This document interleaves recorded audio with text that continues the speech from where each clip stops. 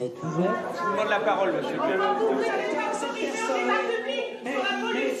vous en fichez de nos impôts. Je vous demande de bien vouloir sortir.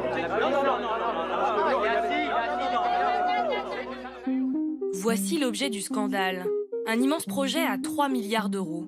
EuropaCity, ce sont des boutiques, des hôtels, un musée, un parc aquatique et même une piste de ski.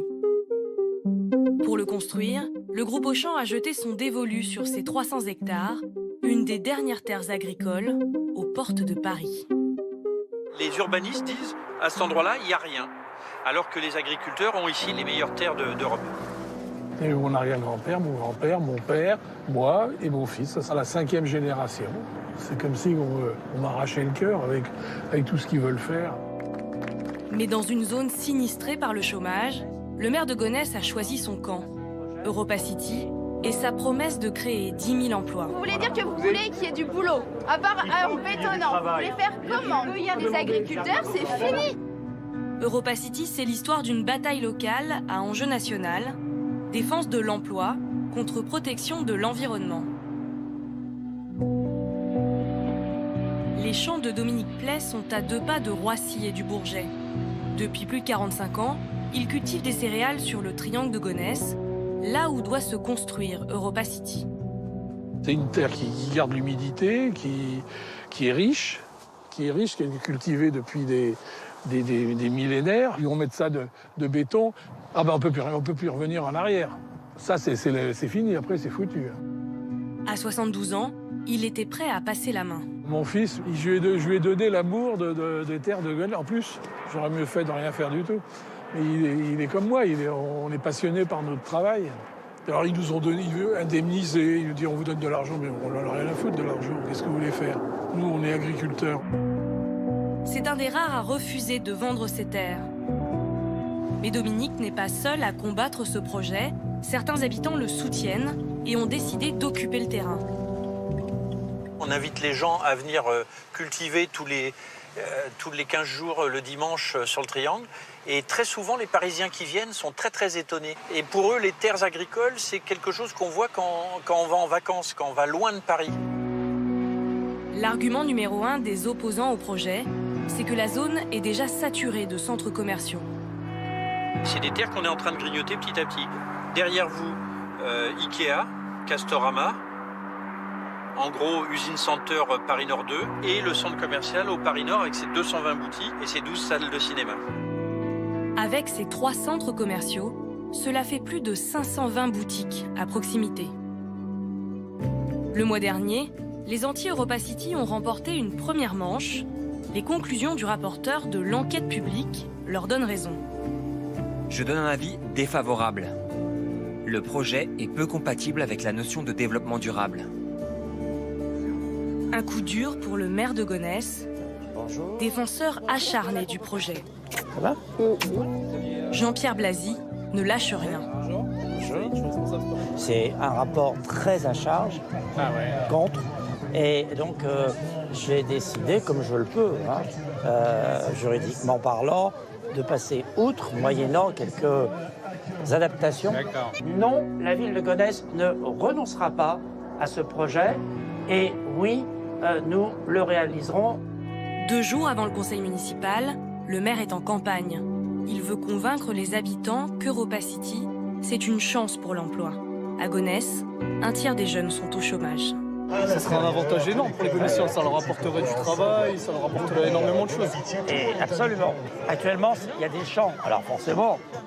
Ouais, ces champs, ils appartiennent à quelqu'un, donc il faut... Oui, mais ça, c'est pas... C'est pas le souci, non? C'est pas le souci. Je pensais que c'était... Des propriétaires, ça s'achète. Hein, et d'ailleurs, les agriculteurs, à partir du moment où on leur met le bon chèque sous les yeux... Ils prennent. Cette semaine, les promoteurs aussi ont lancé leur opération séduction. Face à la grogne des écologistes, le groupe Auchan a même revu sa copie.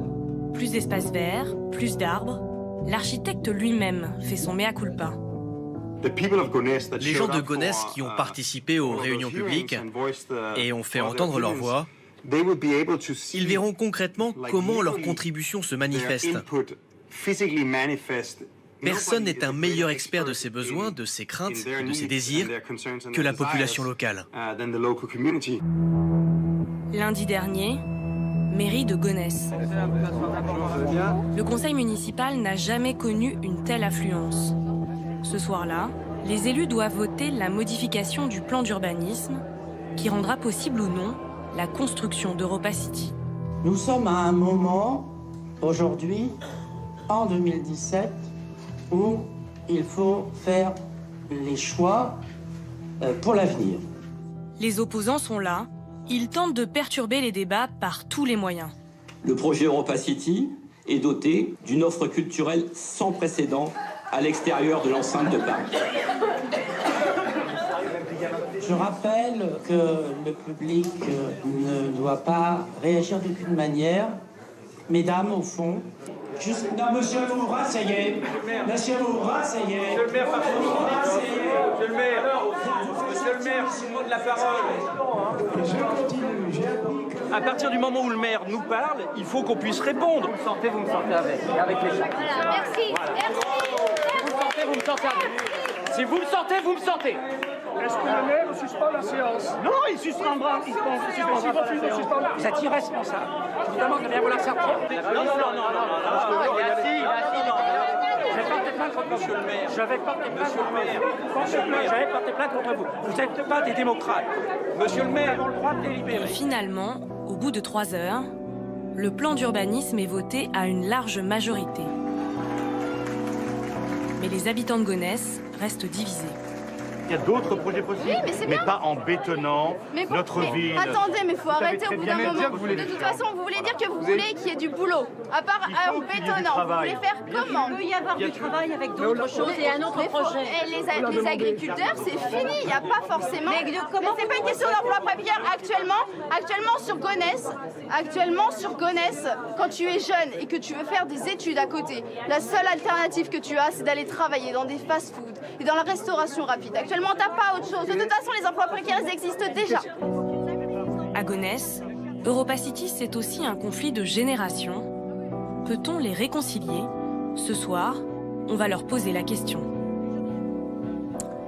Et on va poser la question à 2 habitantes du Val d'Oise qui sont directement concernées par ce projet qui est le plus important de ce genre en France depuis Euro Disney avec 3 milliards d'euros d'investissement. Léa Douguet, bonsoir. Bonsoir. On vient de vous voir dans le reportage en discussion très animée avec des opposants au projet.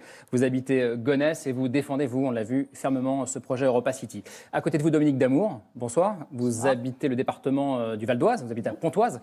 Vous êtes une militante écolo et ce projet vous est carrément, à vous, insupportable. Première question pour vous, Dominique Damour. Le groupe Auchan, qui est le promoteur de ce projet, promet 10 000 emplois créés dans une zone où le chômage des jeunes frôle les 35%. Est-ce que ça n'en vaut pas la peine? S'il s'agissait de créer 10 000 emplois, oui, évidemment, on dirait oui. Mais... C'est ce que promet le promoteur. Mais en fait, il n'y a aucune garantie là-dessus, évidemment. Et puis, c'est quand même assez irréaliste, puisqu'il y a déjà des centres commerciaux autour. Donc, recréer un centre commercial supplémentaire en prétendant que ça donnera des emplois est un leurre, puisque dans ces centres commerciaux, ils ne trouvent même pas la main-d'œuvre pour remplir leurs postes. Mais Thomas, oui, mais justement, c'est plus qu'un centre commercial. Oui, parce que c'est... Alors, on peut trouver ça horrible ou génial, mais c'est une évolution très intéressante de la distribution. On a dit, effectivement, c'est Auchan, hein, le groupe Mullier qui est derrière ça. 3 milliards, c'est considérable, avec des intérêts chinois également. Mais l'idée, c'est que la grande distribution ne va plus seulement vendre des produits. Donc, quand vous dites, il y a d'autres centres commerciaux, il y a d'autres hypermarchés, c'est pas que ça. L'idée, c'est de vendre aussi des expériences culturelles, des expériences de loisirs. Alors, c'est une forme de marchandisation du temps libre. Donc on ne peut pas comparer avec des supermarchés existants. Il s'agit de quelque chose de totalement nouveau qui ouvre un nouvel espace. Les hypermarchés veulent continuer à gagner des sous, évidemment, mais ont bien compris qu'il fallait ouvrir quelque chose d'autre, une forme de modernité. Manifestement, elle vous est hostile, mais on ne peut pas dire que c'est la même chose, en fait. Il s'agit effectivement de faire du commerce avec autre chose. Oui. Et ça reste du commerce, que ce soit du commerce de loisirs ou du commerce de culture. Moi, ce n'est pas ma conception de la culture. Pour moi, la culture, ça a une valeur émancipatrice. Mais pour que ça fonctionne, il faut quand même que les gens s'en emparent et soient capables de faire le projet avec, de construire le projet. Or, apporter clé en main des projets culturels sans tenir compte de la population, je trouve que c'est ni plus ni moins du commerce, mais que ça ne donnera rien de plus à la population. Léa Douguet, vous de votre côté, vous n'êtes pas sensible aux arguments qu'on a entendus dans le reportage, cet agriculteur par exemple qui est sur cette terre depuis 45 ans, qui voulait transmettre l'exploitation à son fils et qui du coup ne peut pas à cause de ce projet. Moi je comprends tout à fait sa problématique. Il est bien là le nœud du problème. C'est que c'est une problématique que je comprends tout à fait. C'est un homme qui a un boulot, qui a des terres, qui veut les garder et qui apporte de l'importance au fait que, bah oui, mais l'écologie, c'est important. Je suis tout à fait d'accord avec lui. Même si vous dites à la fin, l'agriculture, c'est... Mais l'agriculture à Gonesse, vous voulez faire quoi? On est enclavé avec la francilienne, la départementale, on a l'autoroute à côté, on a Roissy qui passe au-dessus. D'accord. Bon, bah alors c'est génial. Du coup, nous, on fait quoi? On attend que ça passe et on continue de subir les avions, les nuisances. Et on n'a aucune retombée directe. Pour qu'on comprenne bien, la jeunesse à Gonesse, on a dit environ 35% de chômage. Être jeune à Gonesse, c'est quoi? Travailler dans des fast-foods, c'est ce que vous disiez? Pas que, il y en a, très honnêtement, ils font rien parce que de toute façon, ils ne peuvent pas. Même au niveau des déplacements, au niveau des transports, on est mal desservis, c'est compliqué. Par exemple, pour vous donner une idée, actuellement, pour relier l'aéroport de Roissy, qui a un vol d'oiseau à peu près à 10 minutes, d'accord, on met 1h30. Pour aller de Gonesse à Roissy. Pour aller de Gonesse à Roissy, à l'aéroport. On met 1h30. Et avec ce projet, ça va désenclaver pour vous Gonesse. Bien sûr, parce qu'au-delà de Europacity, ça va permettre le développement du triangle de Gonesse et donc l'arrivée aussi d'une gare de métro, la ligne 17, d'accord, qui va permettre de communiquer et donc d'aller chercher le boulot ailleurs aussi qu'à Europacity. Dominique Damour, je vous ai vu tiquer quand on entend dans le reportage le maire dire les agriculteurs... ça s'achète. À partir du moment où on leur fait un chèque, on peut les acheter.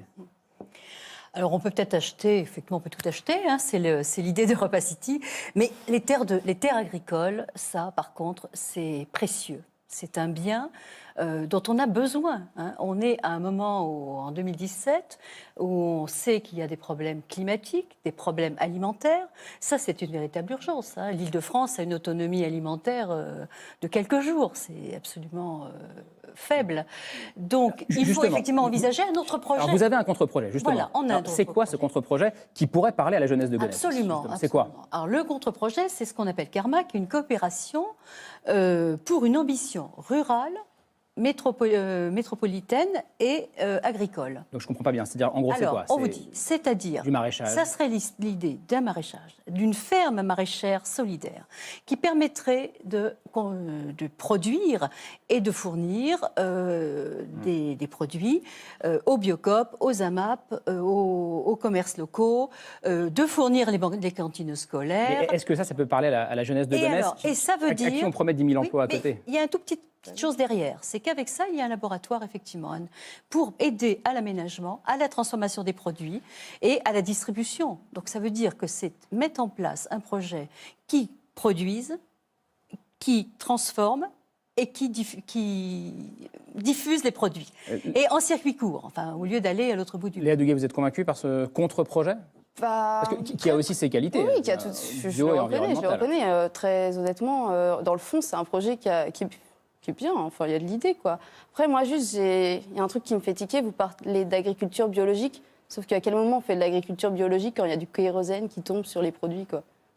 Pour moi, c'est quelque chose qui me paraît totalement déconnecté et totalement illogique, parce que c'est quelque chose qui ne se tient pas. L'agriculture bio, moi, quand j'entends bio, c'est sans pesticides, sans problème de kérosène qui tombe sur les produits qu'on va consommer.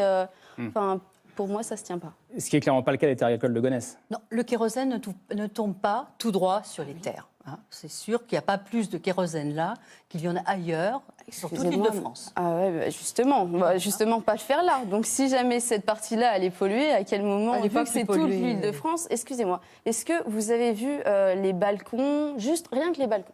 Vous prenez un exemple tout simple, vous allez voir les balcons des gens, et puis vous regardez par exemple le revêtement. D'accord? Et justement, l'usure apportée par cette pollution. Vous parlez de la pollution liée à Gonesse et à côté en Seine-Saint-Denis. Bien sûr. Bien entendu, sur tout le territoire. D'ailleurs, on le voit avec les pics de pollution. tout simplement. Du coup, de l'agriculture bio, alors qu'il y a des pics de pollution, je trouve ça un peu... Un tout dernier mot, Dominique Damour. Par contre, sur ce projet, il y a quand même un projet de ferme pédagogique avec culture biologique pour nourrir le restaurant gastronomique qui serait en place sur Eurobacity. Donc, ça veut dire qu'on peut cultiver bio sur ce territoire quand même. Bon, on voit bien, il y a deux projets qui s'affrontent. On disait un peu emploi contre environnement, c'est peut-être plus complexe que ça, mais en tout cas, on suivra ce dossier comme on le fait à chaque fois dans ces politiques, dans les semaines ou dans les mois à venir. Merci beaucoup, en tout cas, d'être venu sur le plateau de ces politiques.